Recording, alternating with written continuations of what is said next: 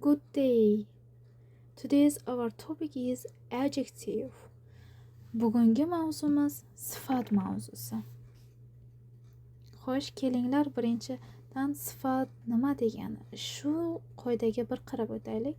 Adjectives are words that modify nouns. They can describe the physical characteristics of a noun such as its color, shape, size and texture. Demak, sifat bu ot so'z turkumidagi so'zlarni ta'riflab keladigan so'z turkumidir. Ya'ni otlarni ta'riflab keladi. Otlarni shaklini, ta'mini, o'lchami kabilarni ifodalab keluvchi, rang tusini ifodalab keluvchi so'z turkum bu sifat hisoblanadi. Misol uchun, they live in a big, beautiful home. Big va beautiful so'zlari bu sifat. Home'ga ta'rif berilyapti, katta va chiroyli. Yoki since it's a hot day, Lisa is wearing a sleeveless dress. Kun issiq bo'lganligi uchun Liza yengsiz ko'ylak kiygan. Xo'p, sleeveless dress ko'ylakka ta'rif beryapti. Sifatni demak biz aytayotgan gapimizni yoki suhbatga kirishayotganimizda aynan so'zimizdagi suhbatlarni to'ldirib turuvchi bir element hisoblanadi sifat. Shunday qilib sifatlarning 3 ta darajasi bor: pozitiv, komparativ and superlativ. Demak, pozitiv daraja, ya'ni bu oddiy daraja deyiladi.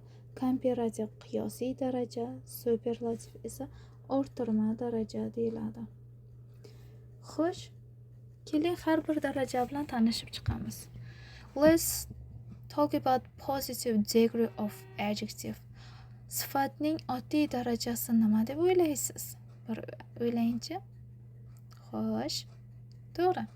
Demak, sifatning oddiy darajasi bu barcha sifat darajalari uchun asos bo'lib xizmat qiluvchi daraja hisoblanadi. Bundan oldingi gaplarda ko'rganimizda beautiful, big, sleeveless kabi so'zlarimiz bu oddiy daraja. Hech qanday daraja berilmayapti. Aynan bular oddiy darajadir. For example, gapimiz berilgan she is a brilliant singer. Ajoyib qo'shiqchi. Darajalanyaptimi? Judayam yoki roq bilan darajalanyaptimi? Yo'q, albatta. Xo'sh, keyingi darajamiz bu comparative degree of adjective. Sifatning qiyosiy darajasi. Qiyosiy deganda nimani tushunasiz? Albatta bu qiyoslash. Ikkita berilayotgan narsani sifatini qiyoslaymiz. Aytaylik, yoningizda ikkita ruchka bo'lsa, biri yangi, biri eski ruchka deb tasavvur qiling. Mana shu ruchkalarga siz qanday aytasiz? Bu ruchka yangiroq bunga nisbatan deysiz. Mana darajalayapsiz.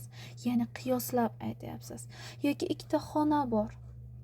Uyingizda, masalan, bittasi katta, bittasi kichik. Shunda nima deysiz? Bu xona unga nisbatan kattaroq deysiz. Aynan bu komparativ sifat deyiladi. Ya'ni bundan kelib chiqib, ikkita otning sifatini qiyoslasak, bu comparative degree deyiladi.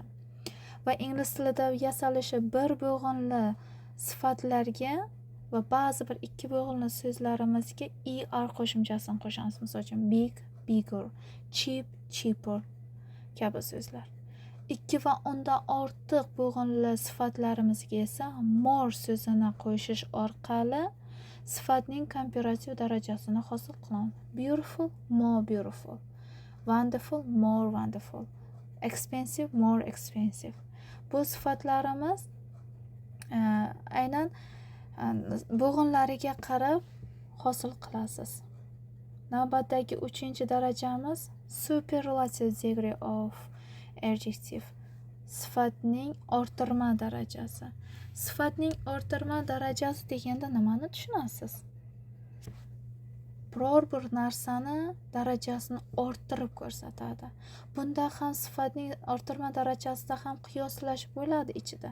Lekin aynan u qiyoslamaydi, balkim berilgan otlardagi bir nechta otlarni sifatini ko'rsatib, eng zo'rini, eng degan darajasi olinadi. aynan superlativ bilan komparativni farqi nimada? Komparativda ikkita ot solishtirilsa sifati, superlativda kamida 3 ta narsani sifati solishtiriladi. Misol uchun daryolarni oladigan bo'lsak, aytaylik 100 dan ortiq daryo bor. Mana shu daryolarni aytaylik eng dunyodagi uzun daryo Nil daryosi deymiz. Qarang, 100 ta daryoning ichida eng uzuni deymiz. Tog' cho'qqilar eng baland Everest deymiz. Qarang, aytaylik 100 dan ortiq cho'qqilar mavjud. Shularning eng balandi Everest deyiladi. Esingizda tursin, superlativ darajamiz doim berilgan otlardan, ya'ni kamida 3 ta otning ichidan eng degan darajasi olinadi. Va bu qanday hosil qilinadi? We form this type of degree with es. Demak, es qo'shimchasini qo'shish orqali, ya'ni bir va ba'zi bir ikki bo'g'inli so'zlarga qo'shamiz. Cheap, cheapest. Easy, easiest. Mana ikki bo'g'inli bu. Va most bilan esa ikki va undan ortiq bo'g'inli so'zlarga qo'shish orqali most, expensive, juda qimmat. Es va most bilan yasalgan sifat darajalari eng degan tarjimada keladi. Sifatning superlativ darajasi eng. Most beautiful, eng chiroyli holatda beriladi. Bundan tashqari biz har qanday sifatni mana shu qo'shimchalar qo'shish orqali darajalay olmaymiz. Balkim irregular adjectiveslar bor, ya'ni noto'g'ri sifatlar mavjud. Ya'ni esingizda bo'lsa, otlarda ham irregular plural nounslar bor edi, aytib o'tgandim oldingi videolarimda. Xo'p, aynan sifatda ham xuddi shunaqa so'zlar bor. Bularni albatta yodlab olishingiz kerak, chunki siz adashib aytaylik good so'ziga gooder deb yasasangiz yoki goodest deb yasasangiz, bu xatolik bo'ladi. Shuning uchun ham irregular adjektivlarning ro'yxatini yozib olib, yodlaganiniz ma'qul. Mana sizga berib qo'yganman.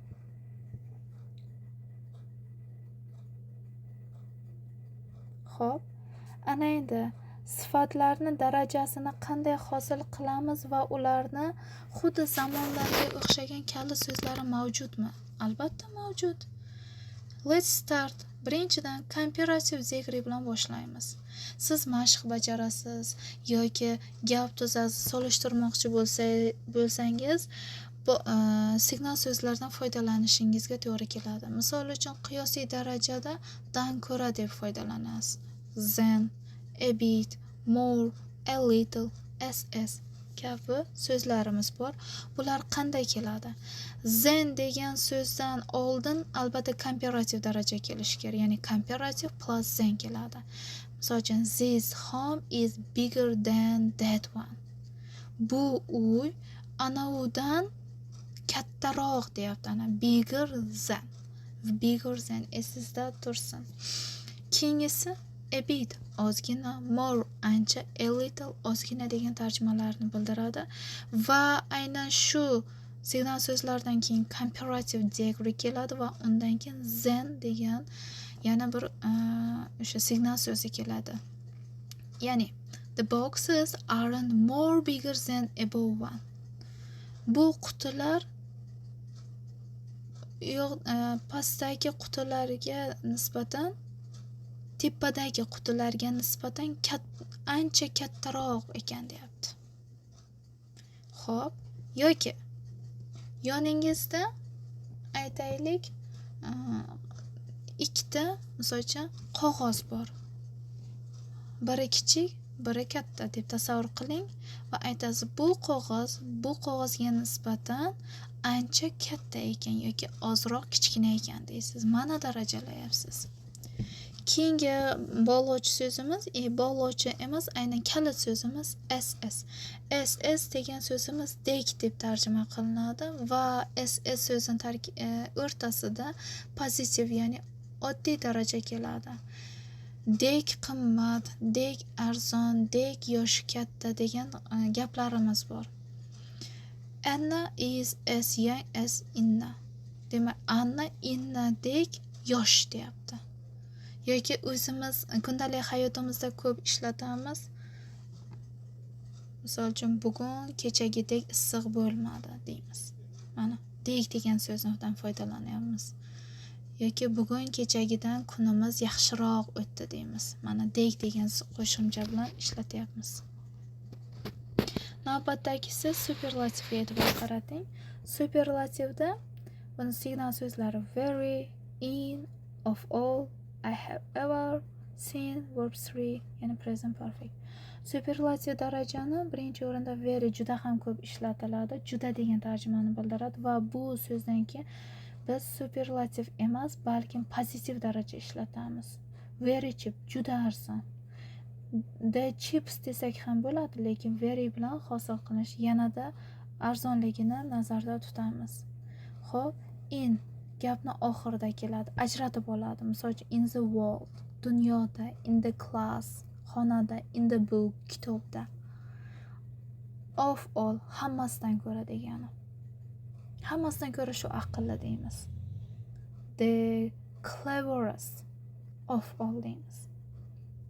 Yana bir qoida bor, sifatning orttirma darajasi present perfect zamoni bilan birga ishlatiladi. Ya'ni I have ever seen, seen fe'lini o'zgartirib boramiz. Ya'ni ko'rganlarim ichida eng davom ettiramiz. Eshitganlarim ichida eng davom ettiramiz. I have ever seen bu gapni asosan oxirida keladi. Misol uchun this building is the tallest building I have ever seen.